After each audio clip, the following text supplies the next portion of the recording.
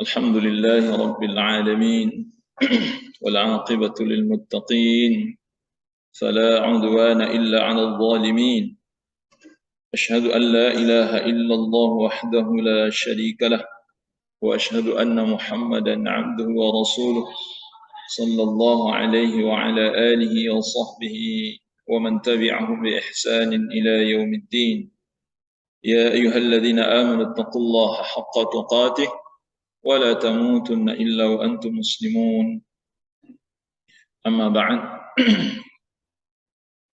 Alhamdulillah, segala puji bagi Allah Subhanahu wa taala yang senantiasa memberikan kita nikmat dan sampai detik ini Allah Subhanahu wa taala masih berkenan memberikan nikmat paling baik dan nikmat paling istimewa ya kepada hambanya, yakni nikmat Islam dan nikmat iman. Dengan nikmat ini kita merasakan kehidupan kita menjadi lebih sempurna. Sempurna kehidupan ini karena kita seorang muslim. Menjadi sempurna kehidupan ini karena kita beriman dan beramal saleh. Kita bisa merasakan secara langsung ya. Jadi ketika kita tidak beramal, kita tidak melakukan satu kebaikan, maka kehidupan kita jadi sempit. Pikiran sempit, hati sempit, jiwa kita sempit. Dan tak tentu ya, tak tentu arah ya biasanya. Jadi tak terbimbing ya, orang-orang yang tidak melakukan kebaikan itu hidupnya nggak jelas. Namun demikian ya, syaitan mengombang-ambing dan selalu melanggengkan kadang-kadang ketidakjelasan itu pada diri seseorang. Jadi ada orang yang kadang-kadang betah dengan ketidakjelasan itu. Ada orang yang betah dengan sesuatu yang tidak bermanfaat. Itu kerjaan syaitan. Sudah jelas nggak bermanfaat, sudah jelas madarat, sudah jelas mengandung keburukan bagi hidupnya, keluarganya. Tapi dia betah dengan hal-hal yang seperti itu. Itu kerjaan syaitan. Bukan berarti dia bahagia dengan itu, bukan. Kalau dalam Al-Quran, Allah Subhanahu wa taala menyebutkan wa zayyana lahumus syaitan. Setan itu selalu menghiasi apa yang dilakukan oleh mereka. Jadi orang yang berbuat dosa dan maksiat itu merasakan apa yang dilakukan itu terasa indah. Tapi itu sifatnya sementara saja, sesaat. Dan itu tidak pernah berujung. Dibuat sedemikian rupa oleh syaitan, seakan-akan orang melihatnya, kok dia betah ya dengan begitu. Padahal dia nggak betah sebenarnya, tapi dibuat betah oleh syaitan. Nah, orang yang betah sesungguhnya itulah betah dengan kebaikan. Karena kebaikan itu mendatangkan kebahagiaan, ketenangan. Makanya betah dengan kebaikan. Jadi aneh ya kalau melihat orang soleh, solehah, patuh taat kepada Allah. Kok bisa ya? Ya bisa lah. Karena memang kebaikan itu mendatangkan ketenangan. Kata Nabi SAW, Al-birru matma'annat ilaihi an-nafsu wa tuma'anna ilaihi al-qalbu. Dalam satu hadis, kata Nabi, kebaikan itu adalah yang menenteramkan jiwa dan menenangkan hati. Itu kebaikan. Jadi kalau ibu merasakan tenang, adem gitu, pasti ada satu kebaikan yang ibu lakukan. Sebaliknya katanya wal itsmu ma haka fi nafsika wa karihta ayattali alaihi nas. Keburukan dan dosa kata Nabi itu tandanya apa? Tandanya hatimu selalu gelisah. Itu tanda dosa, tanda keburukan. Jadi kalau kita melakukan sesuatu yang berbau dosa, maka itu akan berefek ke hati dan jiwa kita. Kita jadi gelisah, nggak tenang. Mungkin kita nggak ingat kapan kita berbuat dosa. Karena salah satu kebiasaan manusia itu, kalau dia buat salah, dia lupa. Kalau dia berbuat kebaikan, dia ingat. Itu kerjaan setan juga itu. Padahal harusnya apa? Harusnya ketika kita berbuat baik, kita lupakan kebaikan itu. Kalau kita berbuat buruk, kita ingat-ingat keburukan itu. Harusnya begitu. Kenapa begitu? Supaya kita bisa memperbaiki diri kita dari keburukan dan kesalahan yang kita lakukan itu. Kenapa kita harus melupakan kebaikan dia? Supaya kita ikhlas. Jadi kalau kita melakukan kebaikan, kenapa kita harus melupakan kebaikan? Supaya ikhlas hati ini. Jangan ingat-ingat kebaikan yang kita lakukan. Apakah itu kebaikan bentuknya ketaatan kepada Allah maupun terhadap sesama manusia? Kaidah beramal itu begitu. Jadi kalau kita melakukan satu kebaikan, lupakan kebaikan itu. Seakan tidak ada yang kita lakukan. Tapi kalau kita melakukan satu keburukan, ingat-ingat keburukan itu. Supaya kita bisa menyesalinya dan bertaubat darinya dan memperbaiki diri darinya. Bibin rahmat Allah Subhanahu wa ta'ala. Oleh karena itu, bersyukurlah kita kepada Allah karena hadirnya di majelis ini, kemudian kita belajar ayat-ayat Allah dan hadis-hadis ini menenteramkan hati dan jiwa. Menenteramkan hati dan jiwa, insya Allah. Karena itu kaidah yang disebutkan oleh Nabi Sallallahu Alaihi Wasallam. Jadi tidak bisa diingkari ya, satu kebaikan yang kita lakukan, apapun bentuknya, itu akan mendatangkan ketenangan dan ketentraman hati jiwa kita. Insya Allah. Bibin rahmat Allah. Apalagi yang kita lakukan saat ini, kita menuntut ilmu ya, ini satu kebaikan yang sulit mencari tandingannya. Ibu, ibu berinfak, salat sunnah, puasa sunnah, baca Quran, dikalahkan oleh ibu duduk sesaat di majelis ini. Paham ibu maksudnya? Ngerti nggak ibu maksudnya itu? Ibu duduk di sini mungkin hanya 1,5 jam, lebih kurang 1,5 jam lah kita duduk di sini, atau paling lama 2 jam. Ini mengalahkan semua amal ibadah yang ibu lakukan pada hari ini, yang sunnah-sunnah. Yang sunnah-sunnah, itu kalah semua. Kecuali yang wajib ya, sholat wajib. Ya. Atau nanti ada apa, ibu bersilaturahim dengan orang tua ibu misalnya. Kita mengunjungi orang tua, membantu mereka berkasih sayang. Itu nilainya memang lebih tinggi ya, disebutkan. Dalam satu riwayat. Tetapi menuntut ilmu, ini posisinya tersendiri itu sebenarnya. Dan dia melampaui semua amal sunnah yang kita lakukan. Menuntut ilmu ini, Bu, melampaui semua amal sunnah yang ibu lakukan. Ibu sholat sunnah hari ini 100 rakaat, 200 rakaat, 300 rakaat. Tidak akan pernah mampu menandingi kita duduk di majelis ilmu ini. Begitu besarnya kedudukan dan kemuliaan yang didapat oleh seseorang ketika dia duduk di majelis ilmu. Bibin rahmat. Ini luar biasa ya. Luar biasa. Duduk di majelis ilmu ini saya katakan sekali lagi, saya tidak bisa menyebutkan keutamaan saat ini, terlalu banyak yang kita sebutkan. Jadi sebenarnya ada bahasan khususnya tentang keutamaan menuntut ilmu. Ada keutamaan khusus, ada pembahasan khusus sebenarnya tentang hal itu. Tapi saya selalu kadang-kadang saya sebutkan ya satu, kadang saya sebutkan juga dua, sebutkan. Ibn rahmat Allah subhanahu wa ta'ala. Tapi pada pagi ini kita akan melanjutkan bahasan kita dari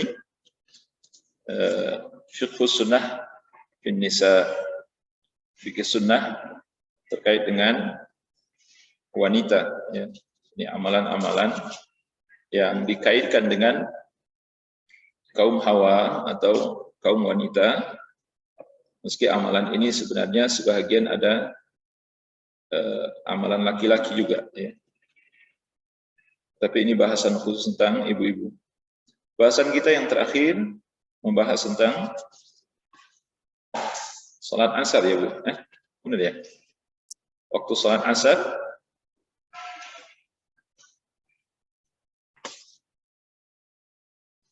belum selesai, untuk salat asar belum selesai ya.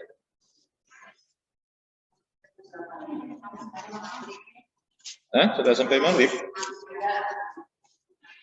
Ya, maghrib ya. Ya. Baik, kita masuk pada poin yang ketiga, yakni waktu maghrib. Waktu maghrib, sejak terbenam matahari sampai hilangnya syafaq atau awan merah di ufuk barat.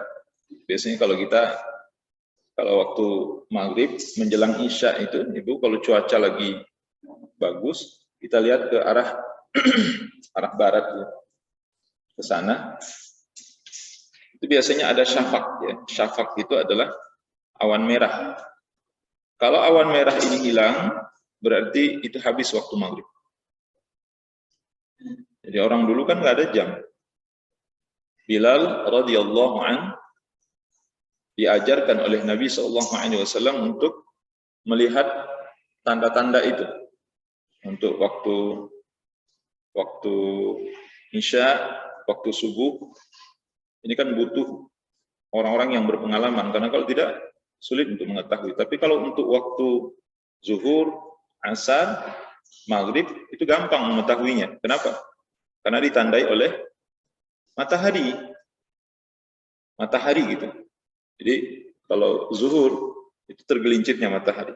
Kalau asar sama panjang antara bayang-bayang dengan benda. Itu sudah masuk waktu asar. Jadi kalau kita tegakkan benda ini, nah, itu bayang-bayangnya sama panjangnya dengan benda ini. Itu masuknya waktu asar. Itu disebutkan oleh Nabi SAW. Kemudian waktu maghrib ketika terbenamnya matahari. Gampang kan? Gampang gitu maksudnya. Kalau waktu isya, nah ini dia. Kata Nabi SAW, hilangnya syafaq. La tazalu ummati bi khairin aw 'ala al-fitrah ma lam yuakhiru al-maghriba ila an tashtabita an-nujum. Kata Nabi, umatku senantiasa berada dalam kebaikan atau dalam fitrah selama mereka tidak mengakhirkan salat maghrib hingga munculnya bintang-bintang. Jadi bintang-bintang itu kalau udah muncul itu tidak mungkin ada syafaq merah lagi. Pasti syafaq merah itu sudah tidak ada lagi. Maksudnya meski kadang-kadang bintang muncul itu belum masuk waktu maghrib bisa terlihat juga bintang itu kadang-kadang. Tetapi pada umumnya bintang-bintang itu muncul gitu kalau cuaca lagi bagus, itu syafaq merah itu sudah tidak ada lagi. Syafaq merah itu sudah tidak ada lagi. Artinya habis berakhirnya waktu maghrib. Dan Nabi SAW mengingatkan kita terkait dengan ketepatan waktu. Diingatkan oleh Nabi. Saya dari awal apa yang saya ingatkan Ibu? Salatlah di awal waktu. Ini kata kuncinya. Jadi kalau kita belajar ini Bu ya, kita harus berubah. Saya ingin ingatkan Ibu sekali lagi, kita harus berubah. Jadi kalau masih ada dari ibu-ibu yang tidak disiplin sholatnya, suka molor waktunya, suka menunda-nunda, bertobatlah kepada Allah Subhanahu wa taala. Saya katakan dari hati saya. Bertobatlah kepada Allah dan mulai dari diri kita untuk mendisiplinkan, dan berjanjilah kepada diri kita dan kepada Allah Subhanahu wa taala kita tidak akan terlambat sholat. Karena ini sunnah Nabi SAW. Begini pelaksanaan sholat itu begitu seharusnya. Sampai Nabi mengingatkan, senantiasa umatku berada dalam kebaikan atau dalam kesucian, kata Nabi, kalau mereka sholat maghrib ini tidak menunda-nunda. Masih diingatkan terus, tidak lupa Nabi mengingatkan terus. Kenapa? Karena memang salah satu di antara bentuk kesalahan dan kelalaian yang paling banyak dari umat Nabi ini melalaikan sholat. Itu yang paling banyak. Bahkan orang yang sudah belajar sekalipun, yang sudah belajar sekalipun, dari pondok pesantren sekalipun, di perguruan tinggi agama sekalipun. Ya, kalau saya menyoroti khususnya ibu-ibu di rumah. Ya. Kalau bapak-bapak nggak usah diomongin lagi. Hanya seujung kuku yang sholat di masjid. Ini juga suami dari ibu-ibu yang tidak sholat ke masjid. Jangan ibu diamkan saja. Yang tidak ikut belajar. Kan saya ngajar juga subuhnya, sebulan sekali. Saya suka nyindir terus, saya sindir terus. Suami dari ibu-ibu yang belum ke masjid. Jangan biarkan. Saya kira kalau kita sudah tahu tidak mengingatkan itu dosa. Tetapi kan dia sudah tahu, saat nggak perlu diingat, nggak boleh begitu. Berapa banyaknya orang yang sudah tahu tapi tidak mengerjakan. Dan rata-rata kita ini sudah tahu. Siapa bilang nggak tahu? Rata-rata sudah tahu. Lalai. Oleh karena itu kita saling mengingatkan. Itu gunanya suami istri. Saling mengingatkan. Sehingga Nabi SAW, rahimallahu mara'an. Semoga Allah merahmati seorang suami yang dia bangun malam. Kemudian dia bangunkan istrinya. Ketika istrinya nggak mau bangun, dia ambil air, kemudian dia percikan ke wajahnya. Itu didoakan oleh Nabi, semoga Allah merahmati seorang suami. Kemudian, wa rahimallahu mara'atan. Semoga Allah merahmati seorang istri, kata Nabi SAW, yang dia bangun malam, kemudian dia bangunkan suaminya. Kalau suaminya nggak mau bangun, dia percikan wajahnya dengan air, misalnya. Sampai begitunya. Itu gunanya suami istri itu begitu. Jadi jangan ibadah sendiri, jangan taat sendiri. Kalau ibu sudah, misalnya, sudah sholat di awal waktu, tertib, disiplin, alhamdulillah. Segala puji bagi Allah Subhanahu wa ta'ala. Nah sekarang ibu lihat suami, anak-anak ibu, kalau mereka masih lalai, ingatkan mereka. Itu pahalanya besar sekali ibu. Allah. Besar, sangat besar pahalanya di Allah Subhanahu wa ta'ala. Dan jangan bosan. Jangan takut dimarahi. Ya. Gimana? Ya. Nah, juga berdasarkan hadis ini, hadis Rafi bin Khadij, dia berkata, kami pernah mengerjakan salat maghrib bersama Rasulullah SAW sesuai salat salah seorang dari kami pulang, dan ia masih melihat tempat-tempat anak panah yang tertancap hasil dari bidikannya tadi. Maksudnya apa ini, Bu? Awal betul sholatnya gitu. Soalnya nanti kalau sudah mau hilang syafaq merah, maksudnya, itu bidikan panah nggak kelihatan lagi. Jadi maksudnya Nabi SAW melaksanakan sholat itu pas azan maghrib itu nggak lama menunda waktu itu. Jadi khusus untuk maghrib itu agak sedikit dicepatkan waktunya. Tapi masih tetap memberikan kesempatan kepada jamaah ya untuk menyiapkan diri untuk salat antara azan dan iqamah. Baina kulli adzanain salatun, baina kulli adzanain salatun liman syaa. Kata Nabi SAW, antara azan dan iqamah ada salat sunnah. Antara azan dan iqamah ada salat sunnah. Nabi tekankan itu. Jadi artinya salat apapun, baik itu salat maghrib, salat isya, salat subuh, zuhur dan asar, ada salat sunnah antara azan dan iqamah. Ada salat sunnah. Artinya tetap memberikan kesempatan kepada jamaah. Jangan nanti dikira, oh, kalau salat maghrib berarti harus buru-buru dong. Kalau gitu, habis azan langsung qomat nih. Nggak ada tuntunannya juga. Karena nanti ibu, saya pernah salat di satu masjid.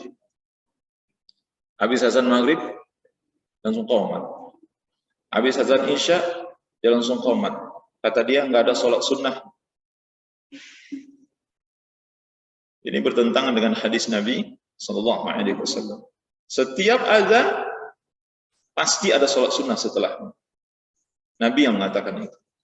Hanya saja sholat antara azan dan iqamah itu tidak di setiap waktu muakkadah. Nanti akan kita jelaskan ya, Bu. Tidak di setiap waktu muakkadah. Maksudnya muakkadah itu tidak di setiap waktu antara azan dan iqamah sholat sunnahnya ditekankan oleh Nabi untuk melaksanakannya.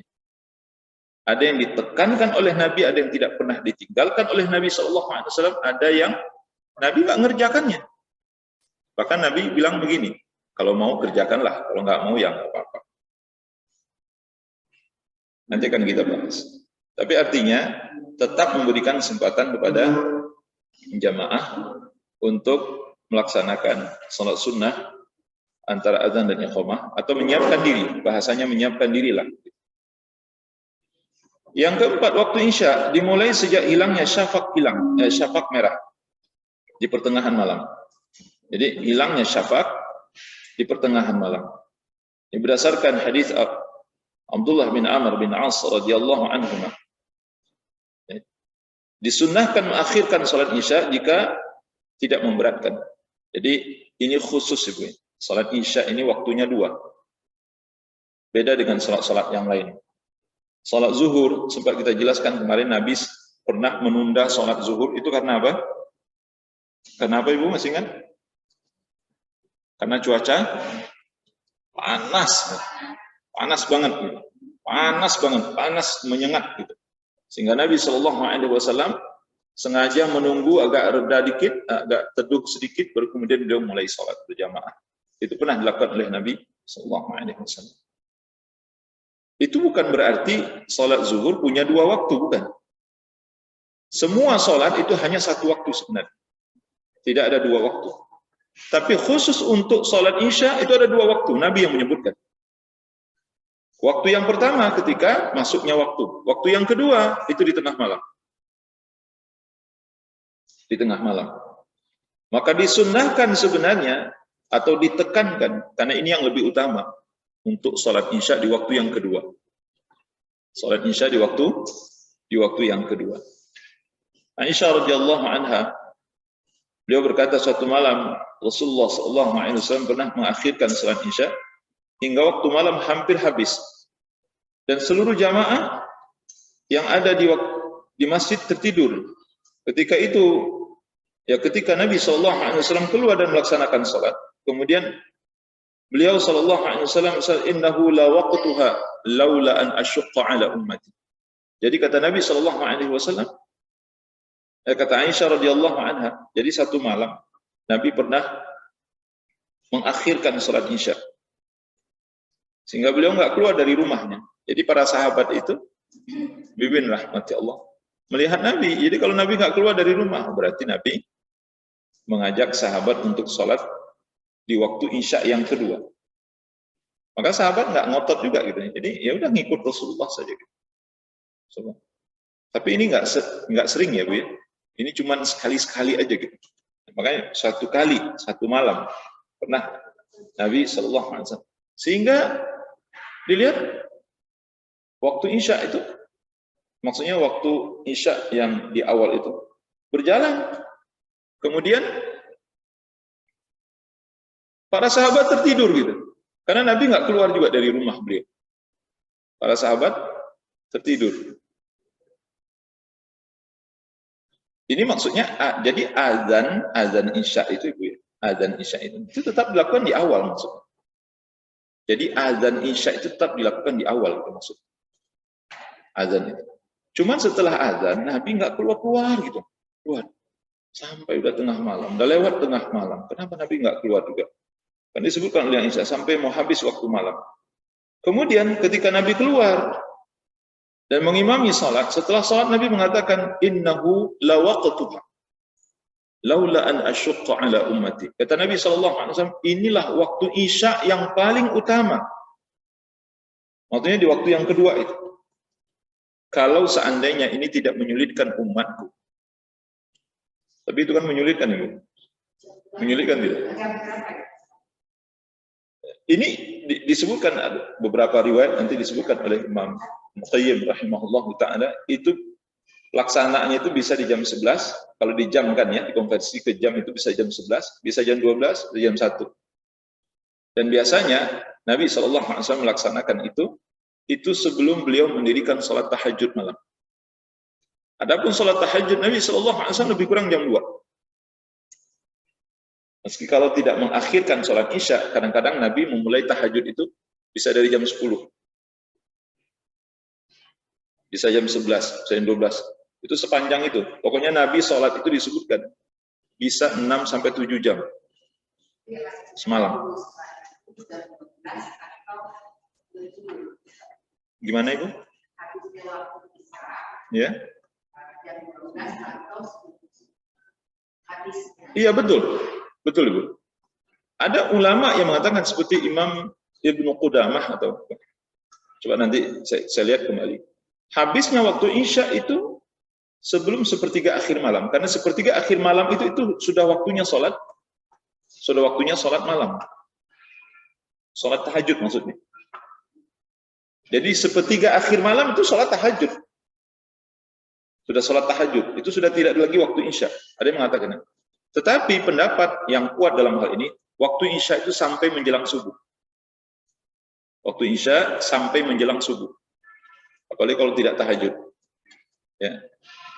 Apalagi kalau tidak tahajud. Tapi Nabi SAW melaksanakan sholat Isya yang kedua itu, kisarannya itu antara jam 11, 12 atau jam 1. Lebih kurang segitulah. Pokoknya sebelum beliau melaksanakan sholat malam. Dan itu diawali dengan tidur ya Bu. Sholat di waktu Isya yang kedua itu tidur dulu. Tidur dulu. Makanya itu memberatkan gitu sebenarnya. Berat gitu. Tetapi itulah yang paling utama kata Nabi SAW.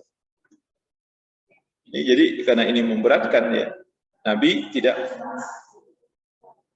menekankan secara kuat gitu sebenarnya gitu. Tapi beliau mengingatkan ini yang paling utama sebenarnya. Kalau seandainya ini tidak menyulitkan kalian, lakukanlah di waktu. Sebenarnya ibu-ibu di rumah ya, ibu-ibu di rumah. Karena tidak berjamaah mungkin ya, tidak berjamaah sholat sendirian. Itu kalau ibu mau, ambillah sholat Isya di waktu yang kedua. Ambillah sholat Isya di waktu yang kedua. Itu keutamaannya sangat besar. Karena disebutkan oleh para ulama, keutamaan dan besarnya pahala satu amal yang dilakukan oleh seseorang itu mengikuti beratnya amal itu. Mengikuti seberapa beratnya amal yang dilakukan. Jadi semakin berat amal yang dilakukan itu, makin semakin besar pahalanya di sisi Allah Subhanahu wa taala. Ibn rahmati Allah Subhanahu wa taala. Oleh karena itu, nah ya, iya Ibu.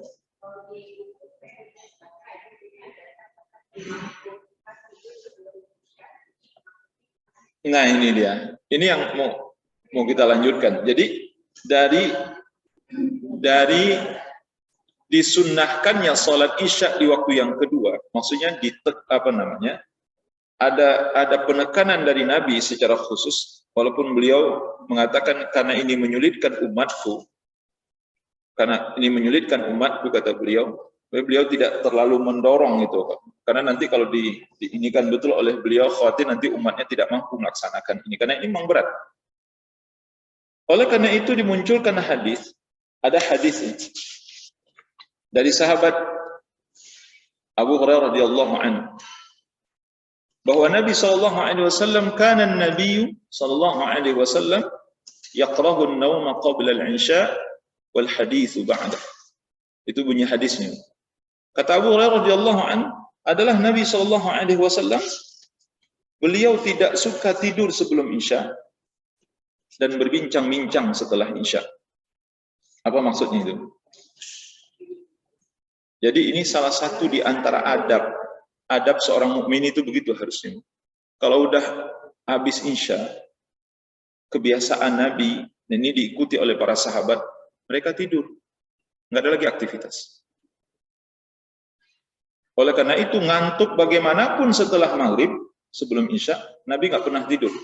Kenapa? Karena itu nanti akan dipenuhi tuntutan ngantuk itu setelah Isya. Nabi setelah Isya tidur, itu kebiasaan Nabi.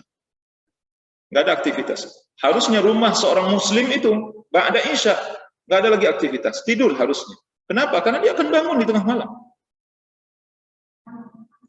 Maka Nabi SAW disebutkan oleh para sahabat, Nabi Abu Hurairah radhiyallahu anhu, Nabi tidak suka tidur sebelum, atau makruh hukumnya.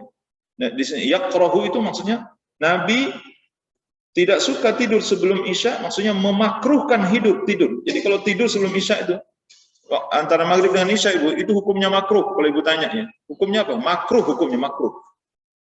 Dibenci oleh Allah Subhanahu wa taala. Ini tidur yang tidak disukai. Jadi kalau ngantuk bagaimana jangan tidur ba'da maghrib. Tidur nanti ba'da Isya. Kemudian Nabi juga memakruhkan ngobrol, bincang-bincang untuk sesuatu yang tidak bermanfaat ba'da Isya. Kecuali sesuatu yang bermanfaat. Jadi kalau ada manfaatnya boleh. Kalau tidak ada manfaatnya nggak boleh ngobrol setelah Isya. Kenapa? Tidur setelah Isya. Itu kebiasaan Nabi SAW. Dan kebiasaan sahabat juga seperti itu.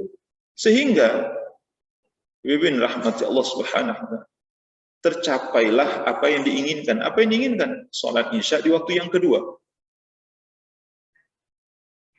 Sholat Isya di waktu yang kedua. Atau nanti kita bangun di sepertiga akhir malam. Dan itu tidak sulit. Sekarang waktu Isya jam 7 lewat 5. Lewat 2 atau lewat 3 gitu. Kalau kita sholat Isya di waktu yang pertama, jam setengah 8 itu udah kelar semuanya. Setengah 8 itu sudah bisa tidur. Nah, ibu bangun jam 2 itu berapa jam? Taruhlah tertidur jam 8 misalnya. Bangun jam 2 itu berapa jam tidur? 6 jam kan? 6 jam tidur. Itu udah puas banget gitu. Puas banget, makanya nggak ada ngantuknya. Gitu. Ya, kalau Nabi SAW itu tidak sebanyak itu. Beliau disebutkan ya, kadang bangun itu kisarannya lebih banyak di jam 10, jam 11. Sudah mulai sholat. Makanya Nabi sholat itu berjam-jam sampai kaki beliau bengkak. Bibin rahmati Allah Subhanahu wa ta'ala. Nah, oleh karena itu, ya, ini perlu menjadi perhatian atau mungkin kita biasakanlah dalam keluarga kita. Ibu bisa mendidik keluarga ya dengan kebiasaan Nabi. Jadi ba'da Isya nggak ada makan-makan, nggak ada minum, nggak ada ngobrol, nggak ada nonton, nggak ada segala macam, nggak ada aktivitas. Ya, nah itu dia. Itu seperti yang saya katakan. Kalau bisa itu dikerjakan sebelum tibanya waktu Isya itu lebih baik. Tapi kalau memang tidak ada waktu misalnya sebelum waktu Isya atau sebelum waktu Maghrib misalnya, baru bisa dikerjakan nanti setelah Isya, ya apa boleh buat. Artinya memang harus kita kerjakan karena itu sesuatu yang bermanfaat. Sesuatu yang bermanfaat untuk anak kita, pekerjaan rumah atau mungkin ada pekerjaan yang harus ibu selesaikan ba'da Isya. Tetapi ini kan kebiasaan saja semua. Kalau kita sudah mendisiplinkan diri, habis Isya nggak ada aktivitas lagi, insya Allah itu akan terwujud. Tapi kita kan ba'da Isya itu seakan-akan masih siang aja hari. Bahkan kebanyakan dari kita makan malamnya habis Isya. Nggak tahu ibu makan malam kapan? Ba'da Maghrib. Iya, ba'da Maghrib itu masih benar itu maksudnya. Tapi yang paling benar itu sebelum Maghrib. Sebelum Maghrib. Itu yang paling benar. Gitu. Karena ba'da Maghrib itu ibadah aja, ibadah sampai Isya. Habis Isya tidur. Jadi sempurna Rasulullah SAW. Sempurna ini Rasulullah. Enggak ada waktu beliau yang terbuang, yang sia-sia. Hari ini, ya, saat ini, di zaman kita ini, terlalu banyak waktu kita yang terbuang untuk hal yang tidak bermanfaat. Terlalu banyak godaan syahwat kita untuk membuang-buang umur, membuang-buang waktu, hal-hal yang tidak bermanfaat. Maka benar kata Nabi SAW, min husni islamil mar'i tarkuhu ma la ya'ni. Di antara tanda baiknya Islam seseorang adalah meninggalkan perkara-perkara yang tidak bermanfaat. Kata Nabi, ini hadis sahih. Kata Nabi, di antara tanda baiknya Islam seseorang, dia meninggalkan perkara-perkara yang tidak bermanfaat. Ya Allah, berapa banyaknya umur kita terbuang untuk hal yang tidak bermanfaat. Nonton TV, nggak ada gunanya. Tidak ada gunanya.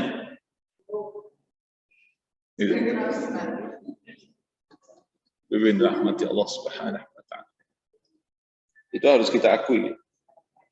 Di umur kita ini, kalau ibu hitung-hitung umur, ibu udah umur berapa sekarang? Kira-kira umur yang terpakai untuk melakukan kebaikan berapa persen? Ya kita ngitung masing-masing aja ibu. Kalau ibu sudah berumur 50, ibu sudah berumur 60, mungkin udah lebih dari itu misalnya. Coba kita presentasikan seberapa umur kita yang kita gunakan untuk taat kepada Allah Subhanahu wa ta'ala dan kebaikan. Dan seberapa yang terbuang.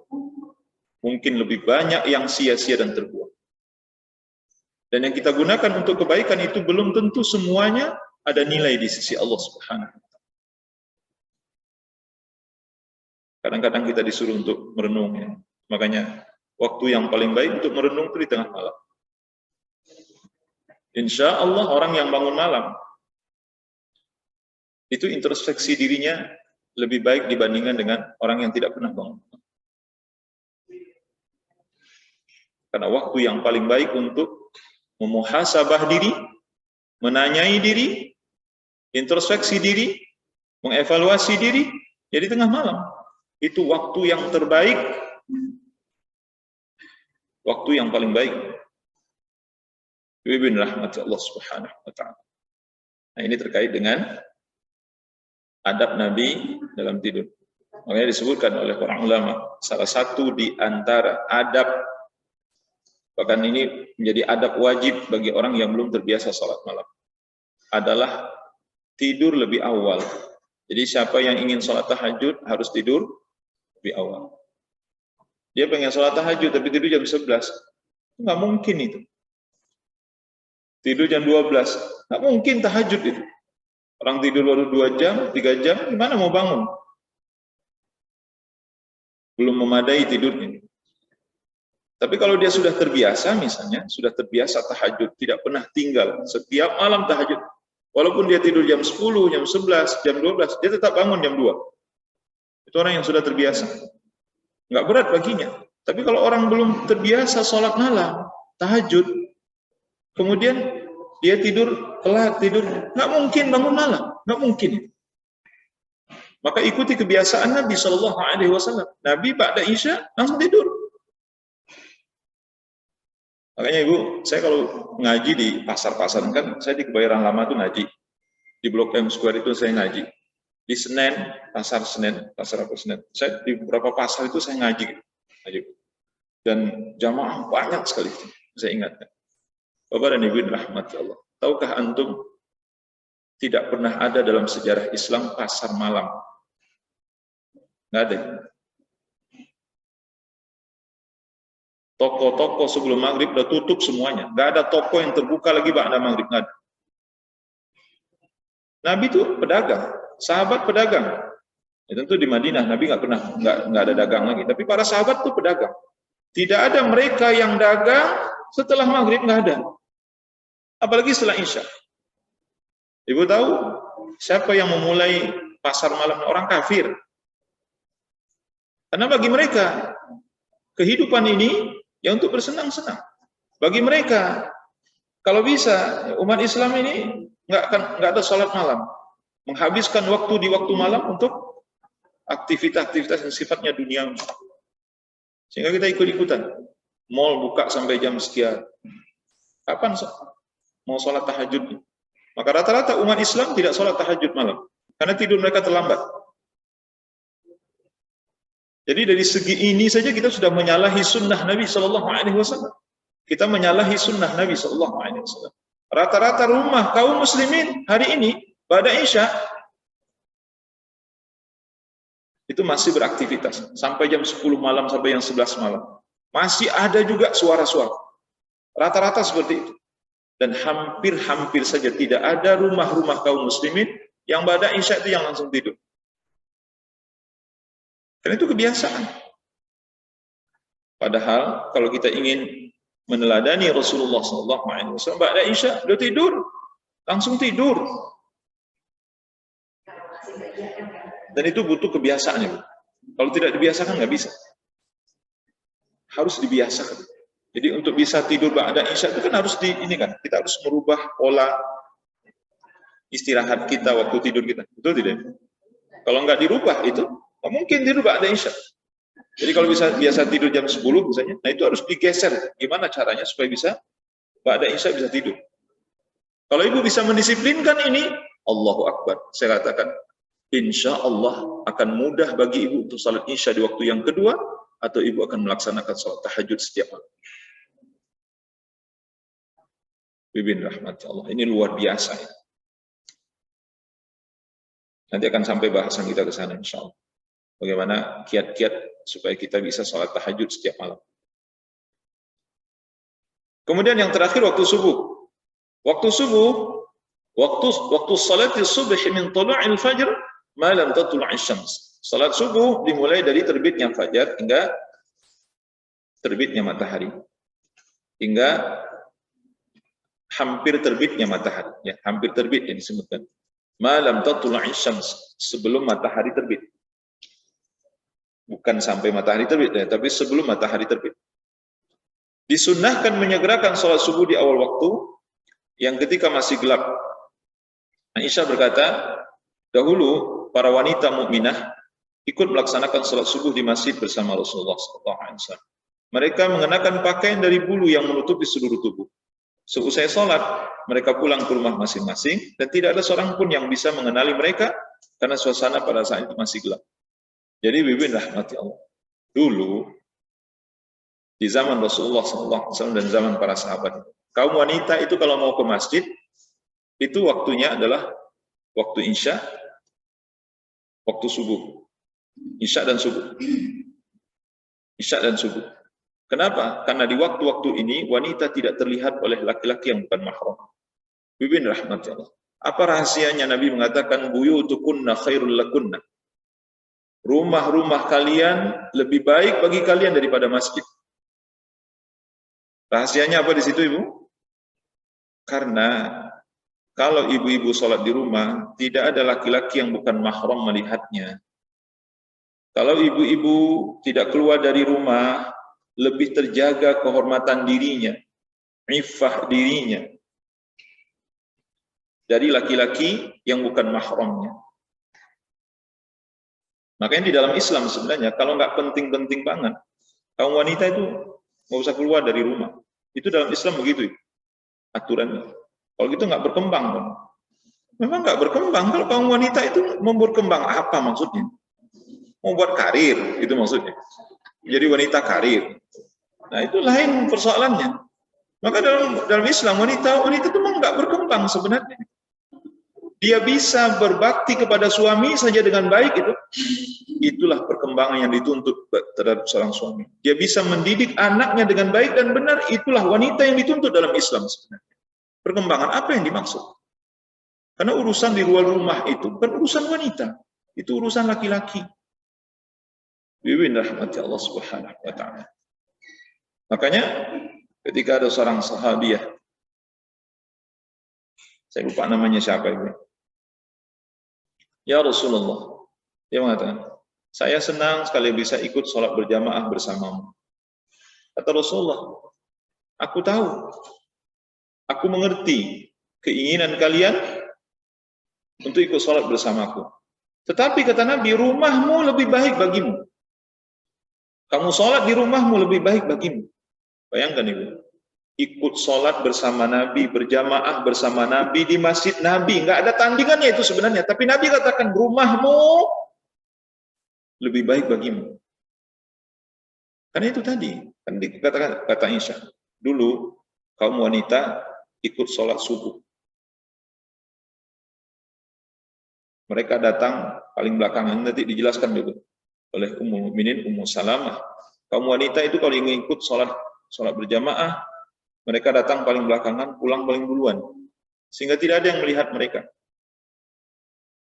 Dan Nabi SAW kebiasaan beliau setelah sholat itu, beliau kan ngadep ke belakang.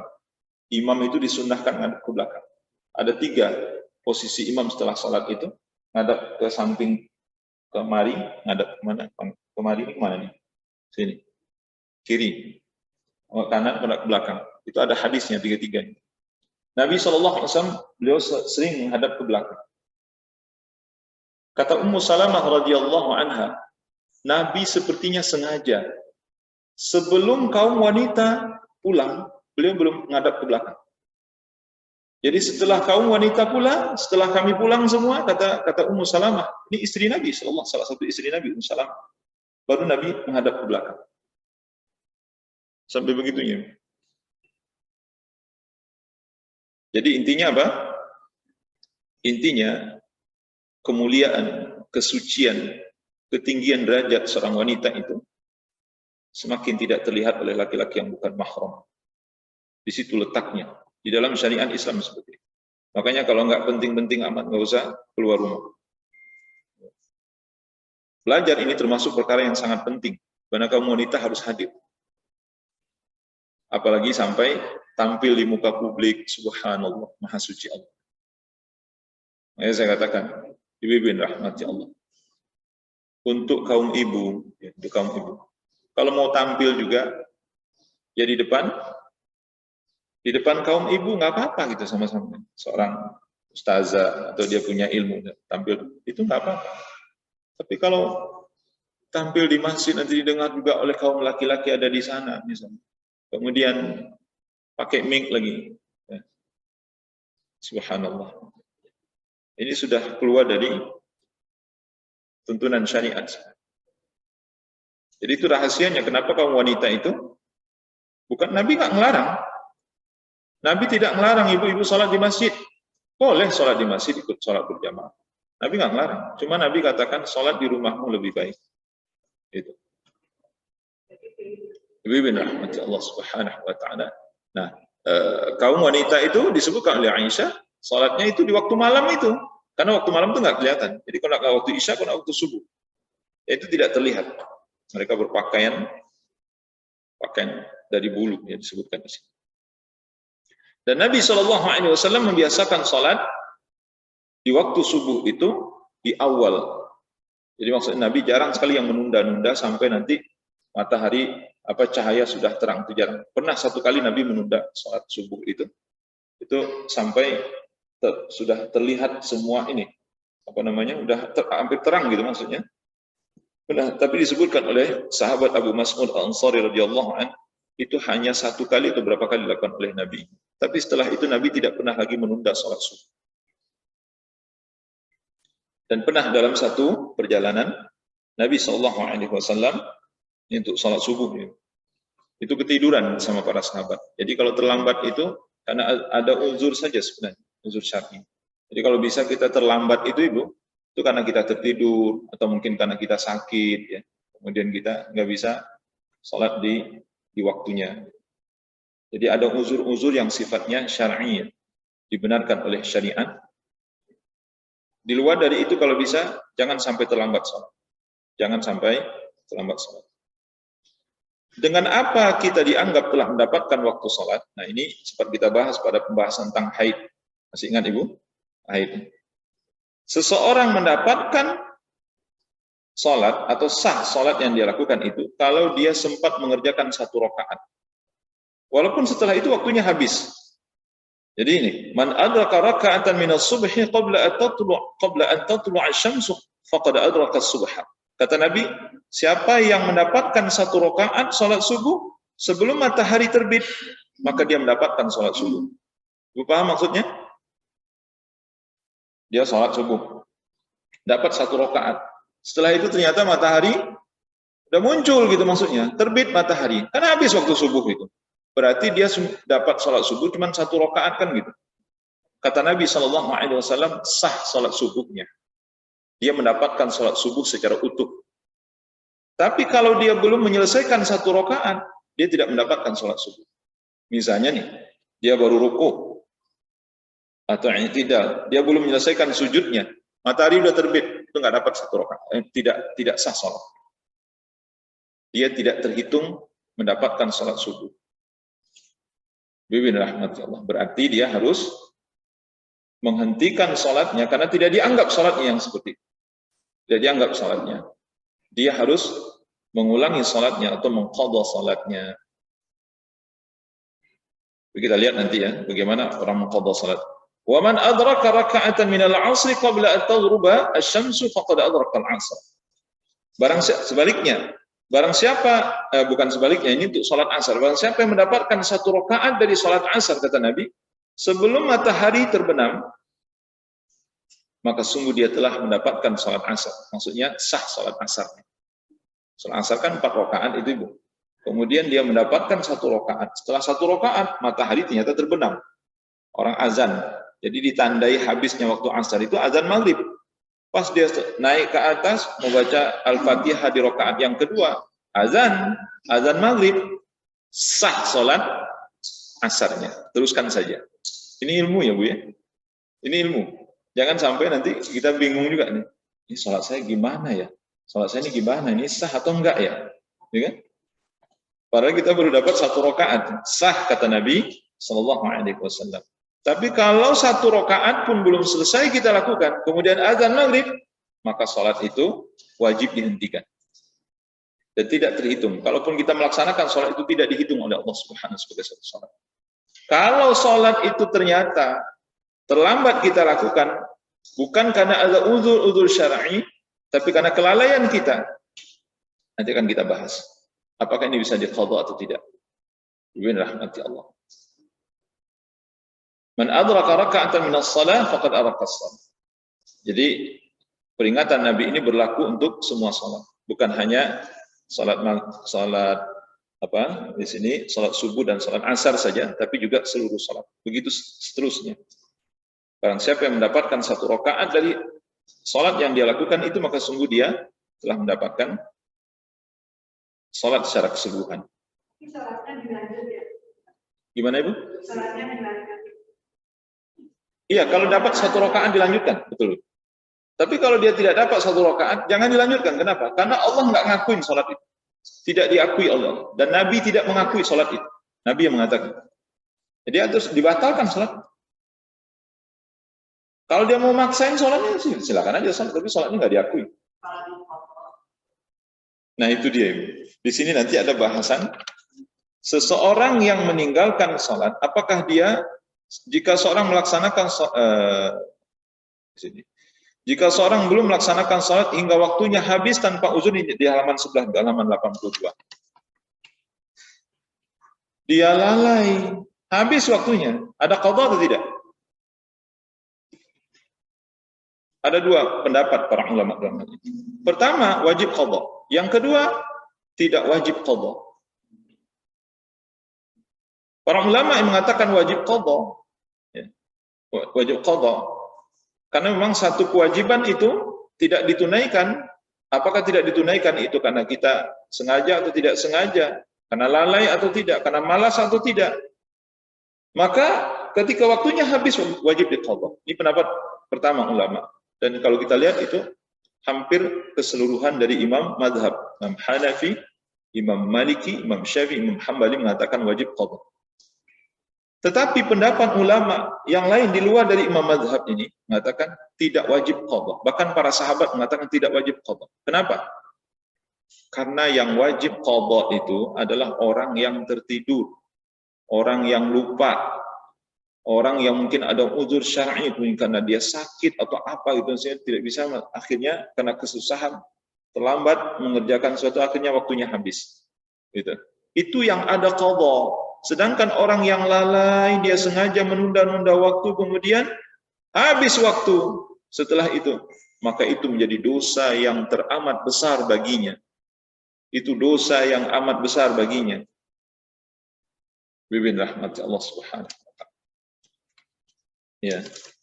Itu dosa yang amat besar baginya. Nah, terus apa yang harus dilakukan? Bukan qadha. Enggak ada qadha baginya. Itu tetap menjadi satu dosa yang besar baginya, dan dia harus bertobat dengan taubatan nasuh. Berbanyak istighfar, bertobat kepada Allah Subhanahu wa ta'ala. Berjanji untuk tidak mengulangi lagi. Ya. Dibimbing rahmati Allah Subhanahu wa ta'ala. Makanya katakan, lihat dulu, dia terlambat itu, misalnya tadi ini tidak dapat 1 rakaat ya, habis waktunya. Sehingga 1 rakaat pun dia tidak sempat melaksanakan. Itu karena apa? Karena lalai atau karena tidak disengaja? Mungkin karena dia tidur segala macam. Kalau dia karena tidur, maka ada qadha baginya. Ada qadha baginya.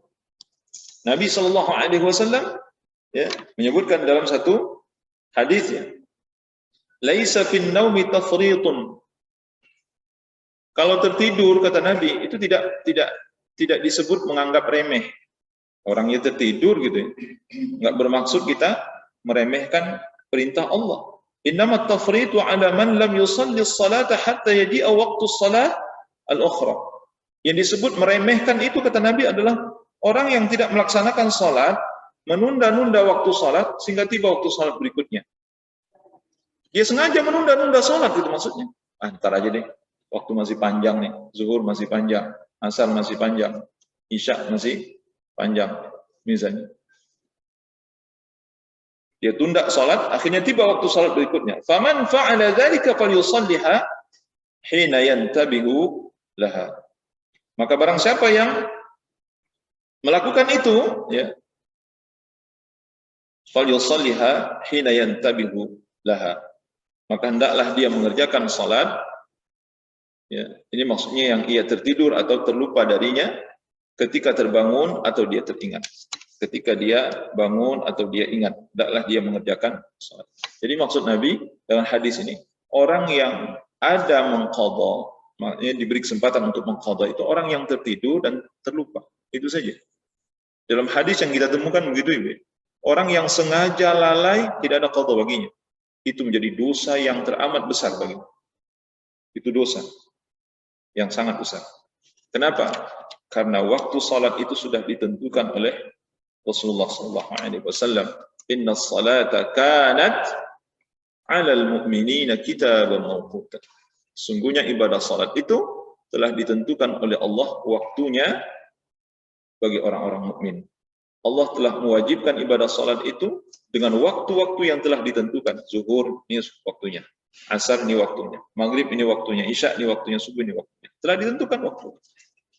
Oleh karena itu yang dapat rukhsah, yang tidak mengerjakan salat karena lupa dan tertidur, man nasiya salatan aw nama anha fa kaffaratuha ay yusalliha idza dzakaraha. Kata Nabi SAW, ini hadisnya di sini Bu, halaman 81 ini, barang siapa yang lupa atau tertidur dari mengerjakan ibadah salat itu, fa kaffaratuha, maka kafarahnya, ya, kafarahnya atau untuk menghapus kesalahan itu, kata Nabi, ayusalliyaha idza dzakaraha. Hendaklah dia mengerjakan salat ketika dia ingat atau dia lupa.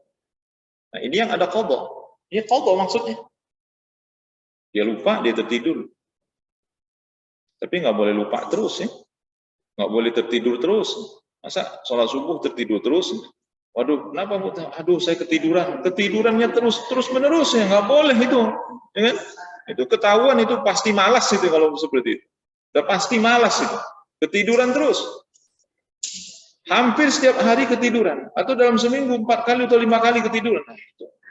Udah jelas ini orang nggak mau sholat sebenarnya. Ya kan? Ya.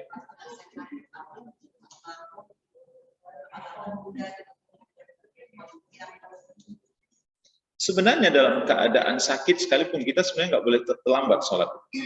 Karena kita tetap dituntut untuk melaksanakan sholat itu kan. Tapi sesuai kemampuan kita. Nah, mungkin kalau telat dalam artian bahwa kita tidak keluar dari waktunya, mungkin agak sedikit menunda karena prepare atau persiapan kita untuk sholat itu membutuhkan waktu bisa jadi lebih lama dibandingkan kalau kita sehat. Kalau kita sehat kan lebih gesit ya, cepat ya. Ini segala macam selesai. Kalau kita sakit, biasanya kita ini mau duduk aja duduk dulu gitu kan. Duduk dulu, tidak bisa langsung berdiri, udah berdiri nanti ya berdiri dulu, nanti baru jalan gitu misalnya untuk badan kita. Ya, telat sedikit Allah Maha tahu ya. Karena Allah tidak akan membebani hambanya di luar kemampuannya. La yukallifullahu nafsan illa wus'aha. Allah tidak membebani hambanya di luar kemampuan hamba. Jadi sebenarnya untuk orang sakit sekalipun tidak dibenarkan terlambat sholat. Kenapa? Ya sholat saja sebagaimana dia bisa. Kata Nabi, "Shalli qa'iman, fa in lam tastati' fa qa'idan, fa in lam tastati' fa 'ala jamb." Kata Nabi SAW, salatlah dalam keadaan berdiri. Kalau tidak mampu, salatlah duduk. Kalau tidak mampu, berbaringlah. Kalau tidak mampu wudu, bertayamumlah. Apa sih alasannya? Tidak ada tuntutan Ibu. Kalau koma kan dia nggak sadar ya. Karena tuntutan kewajiban itu terhadap orang yang akalnya masih sehat. Akalnya masih sehat. Jadi kalau orang sudah koma itu biasanya akalnya kan nggak ini lagi. Nggak berfungsi biasanya akal itu. Atau hampir dari 50% akalnya sudah tidak berfungsi. Kita ngomong pun nggak jelas lagi gitu. Biasanya yang dituntut, yang ada kewajiban itu untuk orang yang akalnya masih sehat. Dia tahu masuk waktu, dia masih ingat bagaimana cara berwudu, dia masih ingat rukun-rukun dan syarat-syarat wajib-wajib dan sunnah-sunnah sholat, itu yang diwajibkan. Tapi kalau tidak, ya seingatnya saja. Kalau mungkin dia apa? Wudhu juga. Kalau dia tidak bisa berwudhu, diwudhukan. Kalau dia tidak bisa menggunakan air, tayamum. Kalau tidak bisa tayamum, ditayamumkan. Kalau dia tidak bisa melakukan gerakan sholat, jangan dipaksakan. Pokoknya sebisanya saja. Sholat. Yang penting sholat tidak boleh ditinggalkan. Pernah satu kali, ini contoh. Ada bapak, kakaknya sakit ya. Terus dia bilang sama anak kakak, ini ayah katanya belum sholat. Nah, emang kenapa? Adik ayah nih, gitu. Jadi paman dari anak-anak kakaknya ini. Ya ayah belum sholat ini. Emang kenapa? Ya kan harus sholat, kata anak-anaknya. Mungkin pernah didengar begitu, ada guru yang menyampaikan seperti itu. Apa kata adik ayahnya ini? Kata pamannya ini? Orang sakit itu nggak ada kewajiban sholat. Allah tidak membebani seseorang di luar kemampuannya. Gitu. Wah, didengar sekilas iya juga gitu. Itu maksudnya yang akalnya sudah tidak berfungsi lagi. Ini sementara ayah ini dia masih sehat akalnya gitu maksudnya. Memang kalau secara fisiknya itu sudah tidak wudhu sendiri nggak bisa, tayamum sendiri nggak bisa. Itu tayamum sudah ditayamumkan, tapi dia masih ingat dengan apa? Dengan bacaan sholat dia masih bisa sholat. Maka kewajiban bagi kita sebagai anak atau keluarga mengingatkan waktu sholat sudah masuk ya. Nah, nanti ya ayah tayamum dulu ya, kita tayamumkan. Itu kewajiban. Karena kalau tidak, maka keluarganya yang berdosa. Keluarganya yang berdosa. Itu dosanya dosa besar ya, bukan dosa kecil. Dosa besar. Meninggalkan sholat dosanya sangat besar. Makanya disebut oleh para ulama meninggalkan sholat itu lebih besar dosanya dari berzina, dari membunuh, dari mencuri. Tapi ini tidak disadari oleh kaum muslimin. Mereka mengira meninggalkan sholat itu biasa-biasa. Bibin rahmati Allah subhanahu wa ta'ala.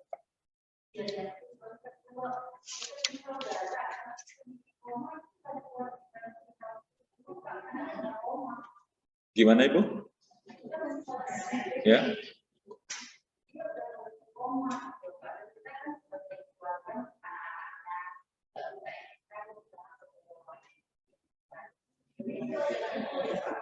Kita mengingatkan petugas yang ada. Kewajiban kita mengingatkan. Nah itu dia saudara. Kalau memang dia sudah tidak bisa merespon lagi, sudah tidak ada kewajiban baginya. Tidak ada kewajiban baginya. Kalau tidak ada respon lagi, tidak ada kewajiban baginya. Itu saja patokannya di situ ya Bu. Bahwa kalau tidak ada respon lagi, tidak ada kewajiban baginya. Jadi urusan dia dengan Allah.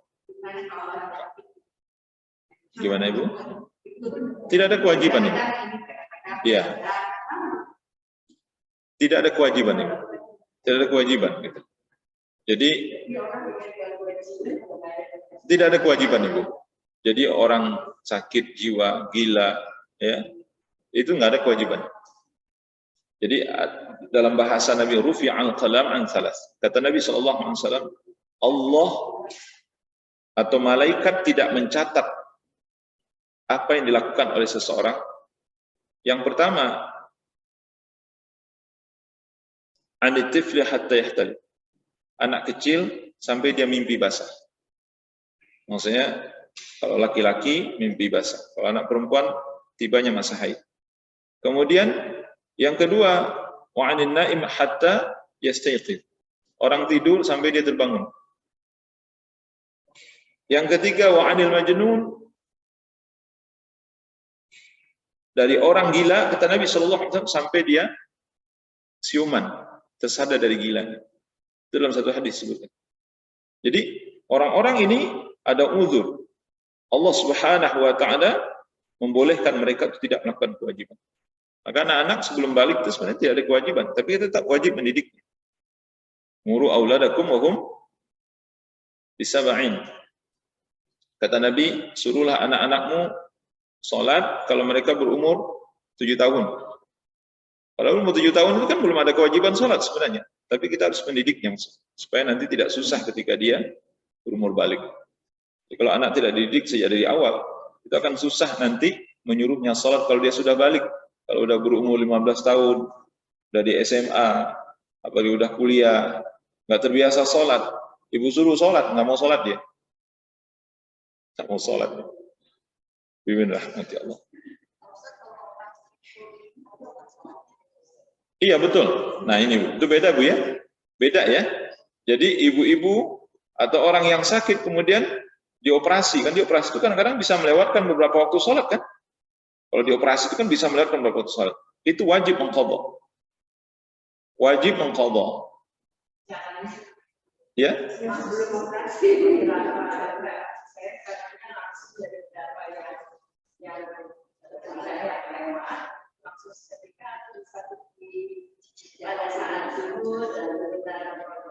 Iya. Nah, ibu bin rahmati Allah Subhanahu wa taala, untuk jadi sebenarnya tadi yang kita sebutkan ya, imam yang 4 ya, Hanafi, Maliki, Syafi'i dan Hambali itu kan wajib mengqadha. Ya, wajib mengqadha. Cara mengqadhanya kata mereka itu di waktunya masing-masing. Ini menurut imam yang 4. Di waktunya masing-masing. Jadi zuhur di waktu zuhur, asar di waktu asar. Misalnya nih, kalau seandainya ada seorang yang dioperasi, dia menghabiskan waktu misalnya operasi itu 1 hari, seharian misalnya. Ada ya Bu ya? Seharian gitu, ada. Ada yang 2 hari? Iya betul, maksudnya ya tentu dia mengqadha setelah dia suman, setelah dia sehat gitu maksudnya, setelah dia bisa beraktivitas lagi. Itu biasanya ada yang 2 hari, 3 hari? Nggak ada? Ada nggak ada? Bisa. Oh per jam sifatnya. Tapi kecuali kalau operasi-operasi besar itu kali ya. Iya, taruhlah 1 hari gitu. 1 hari berarti kan menghabiskan waktu lebih kurang mengqadha 5 waktu sholat gitu. Maka kalau kita kembali kepada pendapat para imam, itu di waktunya masing-masing diqadha. Iya, di keesokan harinya. Di keesokan harinya. Niat qadha Ibu. Niatnya niat qadha. Niat sholat qadha. Niat qadha. Jadi niat itu niat qadha ya Bu ya. Itu bukan sholat di waktunya. Setiap sholat yang tidak dikerjakan di waktu maka niatnya niat qadha. Niatnya niat qadha. Niat mengqadha sholat zuhur, niat mengqadha sholat asar. Ada juga yang mengatakan sholat itu bisa diqadha berurutan ya. Zuhur, asar, maghrib, isya itu maksudnya. Di satu waktu. Di satu waktu. Tetapi lebih aman sebenarnya kalau kita mengqadha di waktunya masing-masing. Itu lebih menenteramkan hati. Wallahu a'lam bishawab. Ya, lebih menenteramkan hati. Tetapi kalau sholatnya cuma satu waktu, tidak banyak waktu sholatnya, itu boleh diqadha kapanpun. Bahkan itu harus disegerakan mengqadhanya. Disegerakan mengqadha. Sebenarnya semua sholat qadha itu harus disegerakan Ibu. Semua sholat yang belum terkerjakan itu wajib disegerakan untuk mengqadhanya. Tidak boleh menunda-nunda. Ya. Allahu a'lam bishawab. Ya. Kalau orangnya itu tapi dia berkata jadi yang sholat kan bagaimana? Iya. Kembali lagi ya, kaidahnya la yukallifullahu nafsan illa wus'aha. Allah tidak membebani hambanya, membebani seorang di luar dari kemampuan. Jadi kita tidak tahu ya, kita tidak tahu dia yang dia baca itu apa, tapi nggak tahu ya. Mungkin kalau orang sudah misalnya ada orang-orang yang keluarganya ada yang bisu ya, itu tuna apa namanya Bu? Tunarungu, ya tunawicara ya, yang seperti itu. Mungkin dia tahu kali ya, maksudnya dia tahu ya bacaan itu alhamdulillahirabbil alamin. Mungkin dia membaca dengan bahasanya dia gitu. Cuma kita nggak tahu gitu maksud. Tapi maksudnya orang yang memiliki anggota keluarga seperti ini, mungkin dia tahu kalau dia ini sudah baca sebenarnya. Gitu. Ya Allah a'lam. Tapi kan Allah Maha paham. Allah Maha mengerti dengan bahasa apapun. Bahasa bisu, bahasa tangan, bahasa isyarat, bahasa badan, bahasa tubuh. Allah Maha paham. Ya kita yang nggak paham gitu kan. Allah Maha paham gitu. Bagi kita atau orang yang baru masuk Islam, dia tidak bisa membaca Al-Fatihah karena belum hafal. Kata Nabi SAW cukup membaca Subhanallah, Walhamdulillah, Wala ilaha illallah, Allahu Akbar. Kalau nggak paham juga, nggak betul, ya nggak usah baca apa-apa. Sampai begitunya gitu. Jadi kan ada orang baru masuk Islam, saya mau baca apa? Al-Fatihah, baca Al-Fatihah. Kalau yang lain-lain nggak dibaca nggak apa-apa, Al-Fatihah baca. Tapi saya nggak hafal Al-Fatihah, baca Subhanallah, Walhamdulillah, Wala ilaha illallah, Allahu Akbar. Nggak hafal juga, nggak bisa nyebut itu. Nah kamu bisa baca apa? Allah nyebut Allah, sebut Allah, Allah, Allah. Ya, sudah sebut aja itu. Gitu. Gimana Ibu? Sah salatnya dengan izin Allah Subhanahu wa taala. Kenapa? Karena kembali kepada kaidah itu. Allah tidak membebani hambanya. Gitu. Ya, tapi benar ya ini karena memang keterbatasannya tidak bisa membaca sama sekali. Nah sekarang lidahnya yang tidak bisa membaca itu, tapi Allah Maha paham. Allah Maha.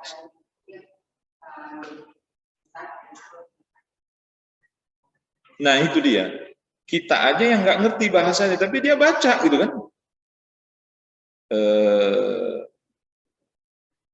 Ya sama seperti, mohon maaf ya, saudara kita yang tidak bisa melihat.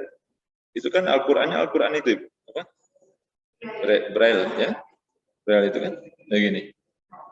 Ya kalau kita susah juga gitu kan. Kalau dia bisa. Nah, begitulah kira-kira gitu. Jadi Allah berikan indera yang tajam kepada orang-orang yang mungkin di sisi ini dia kurang atau tidak mampu. Tapi Allah berikan indera yang lain kepadanya. Sehingga bisa sebenarnya, cuma kita khususnya untuk bahasa orang-orang yang tunawicara ini, kita nggak ngerti gitu. Tapi Allah Maha paham. Allahu a'lam bishawab. Ya. Ya, silakan Ibu.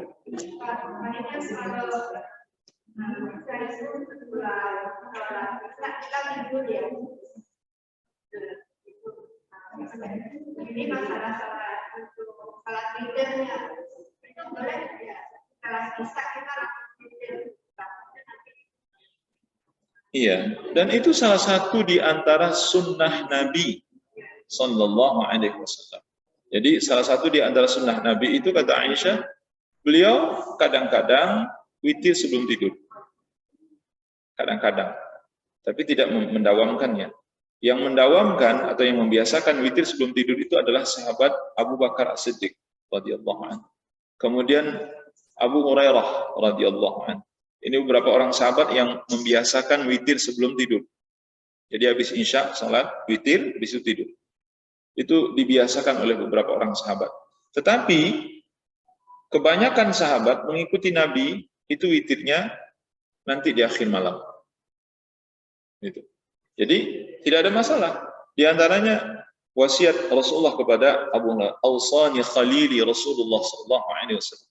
Kata Abu Hurairah, kekasihku Rasulullah sallallahu alaihi wasallam mewasiatkan kepadaku agar aku melaksanakan salat witir an utira qabla an anam. Agar aku melaksanakan salat witir sebelum aku tidur. Itu Nabi yang berpesan kepada Abu Hurairah, laksanakan salat witir sebelum tidur. Jadi, dan ini manfaatnya Ibu, kalau seandainya kita tidak terbangun malam, maka kita sudah dicatat sebagai orang yang sholat malam. Itu keuntungannya, nggak tanggung-tanggung ya. Jadi kalau seandainya ada uzur kita, entah kenapa nggak terbangun aja malam, bangun-bangun azan subuh saja misalnya, Ibu sudah dicatat di sisi Allah seperti orang yang tahajud pada malam hari. Masya Allah. Makanya sebagian sahabat itu salat witirnya sebelum tidur. Sebelum tidur gitu. Termasuk Abu Bakar Siddiq radhiyallahu anhu. Iya, Bu. Kemudian maju lagi sholat tahajud berikutnya kita membacakan dulu atau boleh langsung. Kita udah mengatakan mau tidur dan sholat. Iya. Iya. Kemudian yang ketiga kita kemudian lanjut sholat tahajud atau dibacakan dulu. Iya. Maka sholat witir. Ibu bin rahmati Allah Subhanahu wa taala. Kata Nabi, la witrani fil lailah. Tidak ada 2 kali salat witir dalam satu malam. Atau tidak boleh salat witir 2 kali dalam satu malam. Itu Nabi tegaskan. Tidak boleh salat witir 2 kali dalam satu malam. Kalau ibu sudah witir sebelum tidur, maka ketika ibu bangun jam 2, tidak perlu witir lagi. Langsung saja salat. Salat, misalnya kalau ibu sudah witir 3 rakaat, ibu tinggal menambah 8 rakaat. 2 rakaat, salam, 2 rakaat, salam, 2 rakaat, salam, 2 rakaat. Selesai, habis itu selesai, tidak lagi salat witir. Atau ada penjelasan dari Syekh Ibnu Utsaimin rahimahullah taala. Ini Ibu. Kata beliau bisa disiasati. Gimana caranya? Supaya kita bisa witir lagi nanti di akhir malam. Kata beliau pas bangun, sholat dulu 1 rakaat untuk menggenapkan 3 tadi. 3 yang kita laksanakan sebelum tidur tadi itu kan witir itu. Kemudian pas kita bangun kita tambah 1 rakaat lagi. Kan akhirnya hilang tuh yang witirnya. Jadi 4 jadinya. Paham Ibu maksudnya? Ya. Ini kata beliau. Ini kata beliau ya. Beliau yang mengatakan ini. Ini penjelasan dari beliau. Akhirnya witirnya jadi hilang kalau seperti itu. Jadi hilang witirnya. Nah, kemudian setelah itu baru kita memulai sholat malam.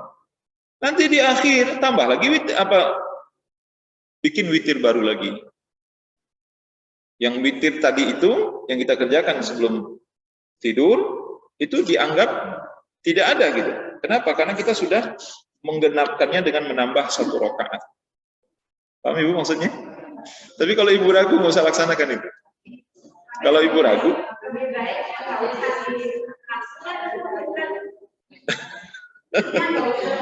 iya makanya ibu, kalau ibu ragu nggak usah laksanakan itu. Ini kan untuk mensiasati saja dan itu pendapat seorang ulama besar ya tentang itu.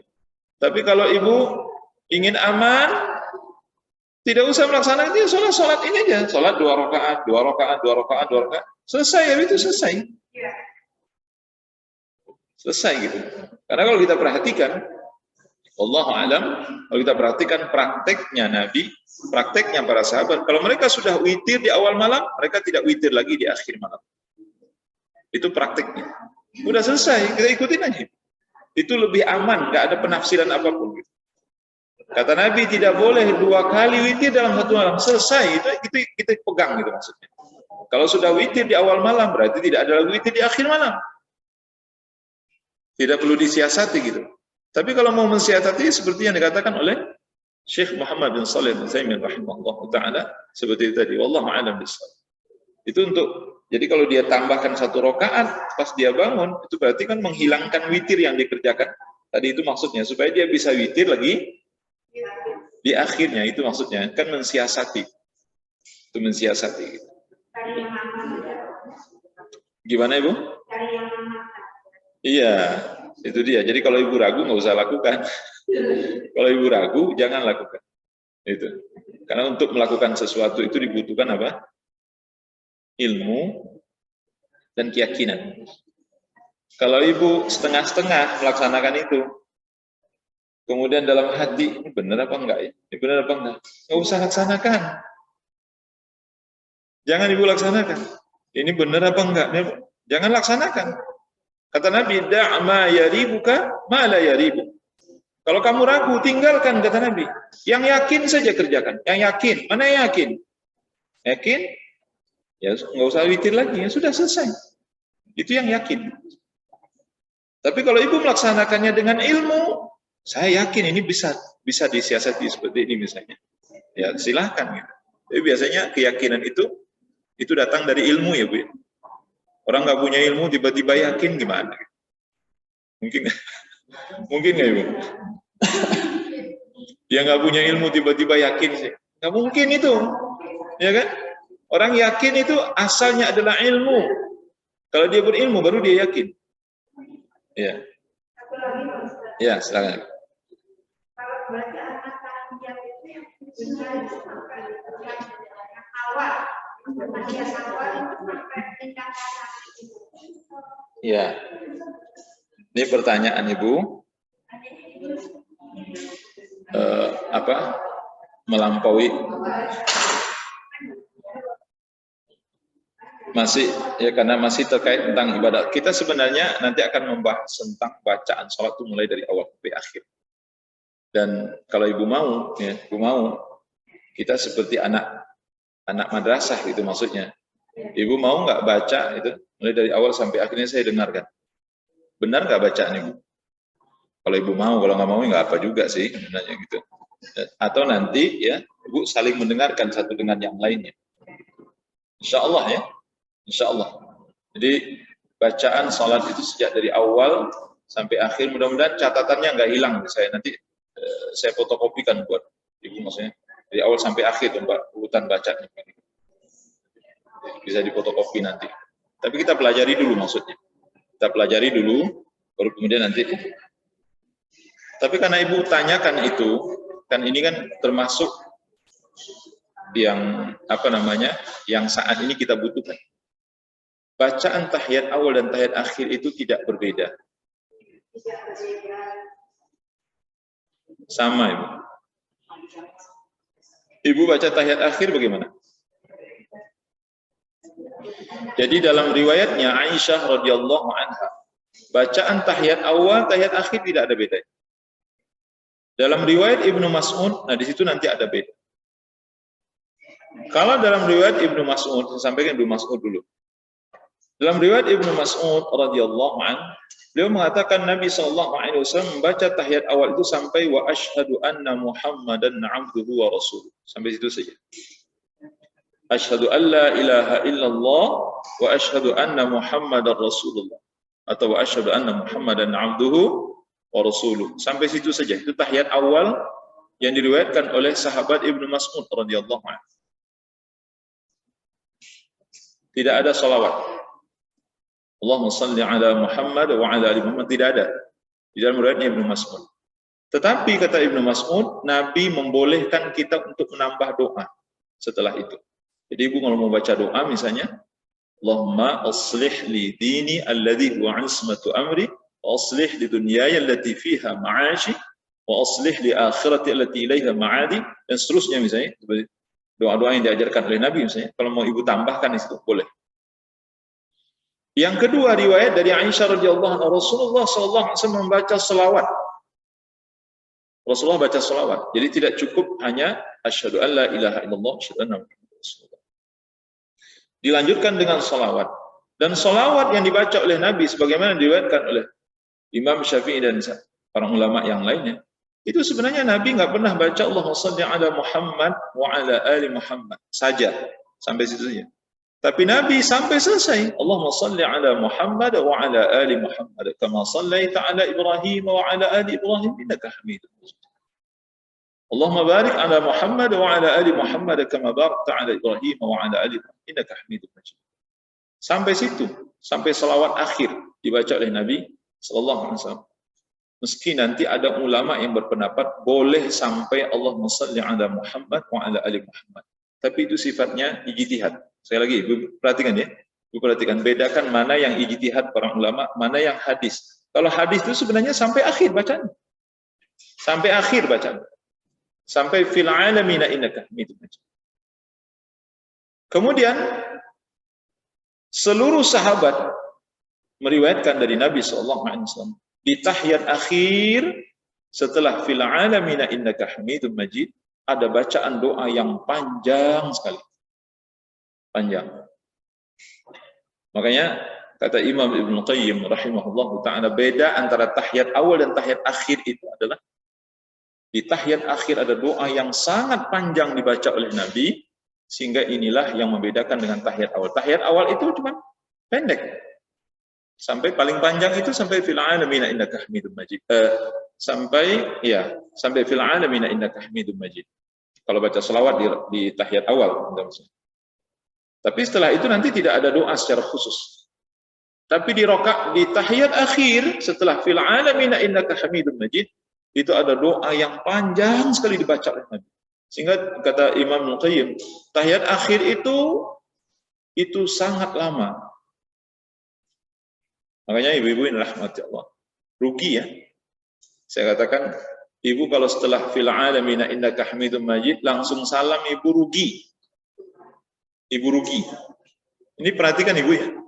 Karena kebanyakan dari kita setelah fil alamin innaka Hamidum Majid, assalamualaikum warahmatullahi. Assalamualaikum warahmatullahi. Rugi besar. Kenapa rugi? Kenapa? Karena Nabi tidak pernah meninggalkan doa sebelum salam. Banyak dan panjang sekali doa Nabi. Di antara doanya, ini saya bacakan. Di antara doa Nabi, ini doa yang tidak pernah ditinggalkan. Allahumma inni a'udzubika min azabi jahannam wa min azabil qabri wa min fitnatil mahya wal mamat wa min syarri fitnatil masihid dajjal. Ini doa tidak boleh ibu tinggalkan sebelum salam. Insya Allah doa ini nanti akan kita salat sunnah. Ya sebenarnya ini lebih ditekankan dalam salat wajib, tapi salat sunnah pun sebenarnya tidak ada masalah kalau ibu baca. Karena itu berlaku untuk semua salat sebenarnya. Tetapi ini lebih kepada salat wajib. Salat wajib dan salat sunnah yang membutuhkan waktu yang panjang seperti salat malam. Salat malam. Gitu. Jadi ini berlaku untuk semua salat sebenarnya, Bu. Tapi lebih kepada salat wajib kalau kita perhatikan. Kemudian Nabi baca Allah ketika Abu Bakar bertanya, "Ya Rasulullah, apa doa yang harus saya baca di dalam salat?" Kata Nabi, "Wahai Abu Bakar, bacalah doa Allahumma inni zalamtu nafsi zulman katsira la yaghfiru dzunuba illa ant faghfir li maghfiratan min 'indik warhamni innaka antal ghafurur rahim." Itu di antara doa. Atau doa yang saya baca sebelum tadi, doa yang lain, Allahumma ighfir li ma qaddamtu wa ma akhartu wa ma asrartu wa ma a'lantu wa ma asraftu wa ma anta 'alamu bihi minni antal muqaddim wa antal muakhir la ilaha illa anta. Itu di antara. Allahumma aslih li dini alladhi huwa 'ismatu amri wa aslih li dunyaya allati fiha ma'ashi wa aslih li akhirati allati fiha ma'adi waj'alil hayata ziyadatan li fi kulli khair waj'alil mauta rahatan min kulli syarr. Itu di antaranya, Bu. Masih ada doa-doa lain itu. Bayangkan, jadi kalau habis tahiyat, habis salawat kepada Nabi, kita langsung salam, rugi besar, saya katakan. Karena disebutkan oleh para ulama, di antara tempat doa yang mustajab, insya Allah doa kita dikabulkan oleh Allah saat sebelum salam. Antara selesai tahiyat, selesai salawat Nabi, dan sebelum salam. Doa ini tidak pernah ditinggalkan oleh Nabi Sallallahu Alaihi Wasallam. Makanya Ibu, habis sholat wajib itu, di dalam hadis kita tidak temukan Nabi ada doa khusus.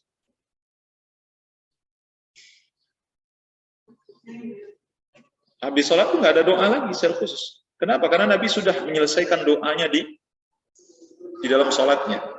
Bibin rahmati Allah. Doa itu ada dua, ada yang di dalam sholat, ada yang di luar sholat. Kalau menurut Ibu mana yang lebih utama, di dalam sholat atau di luar sholat? Di dalam sholat, ketika sholat.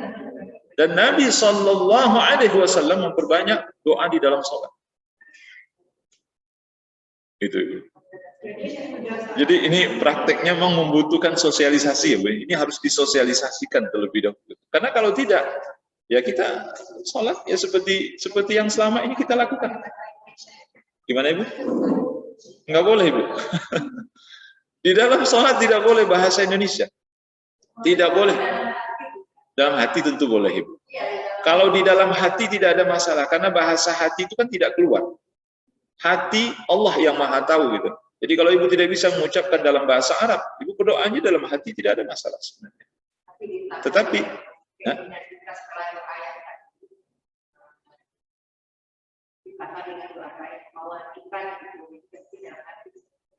iya, tidak ada masalah Ibu. Tetapi sekali lagi, yang sempurna itu kita ucapkan. Oleh karena itu, mau tak mau, Ibu harus menghafal bahasa Arab. Kalau mau baca doa di dalam sholat ya, tapi di luar sholat, ya ibu terserah bahasa apa. Gitu. Di luar sholat. Karena doa itu sebenarnya tidak cukup dengan hati saja. Meski kalau ibu berdoa dengan hati, itu Allah maha paham. Allah maha tahu dengan apa yang ibu minta dengan hati. Ya, sambil ya Allah dalam hati. Saya tidak bisa mengucapkan dengan lidah saya karena ini bahasa Arab. Tapi saya memohon kepadamu dengan hati saya misalnya. Allah maha tahu dengan apa yang ada dalam hati ibu. Tetapi Nabi nggak pernah doa diam. Pasti beliau mengucapkan sesuatu. Betul Ibu. Doa terbaik itu adalah doa yang paling kita hafal, yang paling kita pahami. Jangan berspekulasi doa yang nggak hafal kita baca-baca juga. Nanti mikirin doa gitu, doanya kok. Nah, habis waktu karena mikirin doa nih, sambungannya apa ini sambungannya? Jangan mikir baca doa yang betul-betul dikuasai. Sebelum salam Ibu, persis setelah fil alamina innaka hamidum majid, Ibu doa sebelum salam. Sebelum salam. Jadi setelah doa apapun yang Ibu minta dari urusan akhirat dan dunia. Betul Ibu, itu nomor 1. Lebih dahsyat lagi, itu lebih dahsyat lagi. Tidak di sujud yang terakhir. Saya tekankan sekali lagi Ibu rahmatullah. Tidak ada dalil yang menjelaskan apa doa yang mustajab itu di sujud yang terakhir itu nggak ada dalilnya sama sekali.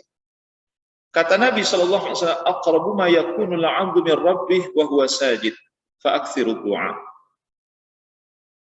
Posisi seorang hamba sangat dekat dengan Tuhannya, kata Nabi, adalah saat dia sedang sujud. Oleh karena itu perbanyak doa. Artinya apa? Di setiap sujud. Rugi kalau mengambil di sujud yang terakhir saja. Dan tidak ada dalilnya di sujud yang terakhir memperbanyak doa, itu nggak ada dalilnya. Jangan Ibu biasakan itu. Itu hanya ikut-ikutan saja. Selama ini kalau saya perhatikan, saya pernah nanya, Mas, itu sampai sujud terakhir lama itu baca doa, Ustaz. Ada tuntunannya, mana dalilnya? Kita ibadahnya harus ikutin dalil. Mana dalilnya? Dalil. Ada nggak perkataan Nabi? Ada nggak perbuatan Nabi? Atau perkataan sahabat dan perbuatan sahabat tentang hal itu? Ini penting sekali. Karena kalau tidak ada, berarti kita bikin-bikin dong. Bikin-bikin. Rugi kita. Kenapa? Karena Nabi katakan setiap sujud, kita ngambil sujud terakhir dong. Kan rugi kan? Rugi jadinya. Kalau Ibu berdoa di tahajud malam, Ibu ambil cuma di sujud terakhir saja, rugi besar Ibu. Kenapa nggak ngambil sujud pertama? Sujud pertama itu terlewatkan terus kan? Padahal di sujud yang kita lakukan itu, yang paling panjang doa harusnya di sujud yang pertama, di rakaat-rakaat yang pertama. Bukan di rakaat terakhir. Dan tidak ada istimewanya rakaat terakhir secara khusus. Saya ulangi, tidak ada istimewanya rakaat terakhir secara khusus. Sujudnya ya, tidak ada istimewa. Nggak ada hadis, tidak ada satu hadis pun yang menjelaskan sujud terakhir itu istimewa, nggak ada. Nah itu dia Ibu. Kita kadang ngelihat orang lain gitu, ya kan? Ibu mungkin ngelihat orang juga gitu kan? Atau mungkin ada yang menyampaikan ke Ibu, oh iya Bu, benar itu sujud terakhir itu dianjurkan untuk sujud. Paling kan omong gitu. Dalilnya mana dalil? Hadisnya mana hadis? Ada nggak Nabi mengatakan? Ada nggak perbuatan Nabi? Sepanjang pembahasan tentang sholat nggak ada kita temukan itu. Nah, terus dari mana datangnya? Itu dari mulut ke mulut itu nggak jelas. Jadi nggak usah diamalkan. Saya katakan sekali lagi, ibu nggak usah mengamalkan itu. Rugi Ibu kalau mengambil di sujud yang terakhir saja. Orang setiap sujud, fa'aktsirud doa, perbanyaklah doa di setiap sujud. Setiap sujud, Nabi katakan setiap sujud. Tidak ada Nabi sujud terakhir. Cukup Ibu? Ya.